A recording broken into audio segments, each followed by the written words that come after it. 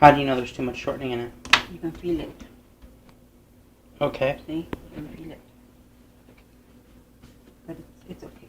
What would the difference feel like, Grandma? Like you got something in your hand. So it would just stick to your fingers. Mm-hmm. Too much Crisco sticks to your fingers. You saw how much I put in there? 1 handful. Okay. So don't be that sticky. Don't make it a full handful. Yes, ma'am. Remember the water. That's the most important.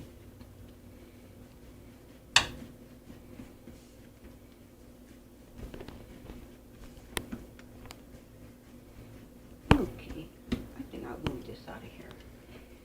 It's in my way. Come on, that side here. Not your grandpa, your great-grandpa. Uh-huh.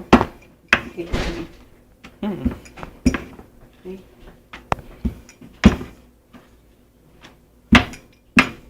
Until it starts to look like a tortilla. You're not going to get them round the first time you make them, so don't worry about it. Okay? You kind of want them to be even. Not too fat on one side, not too skinny on the next.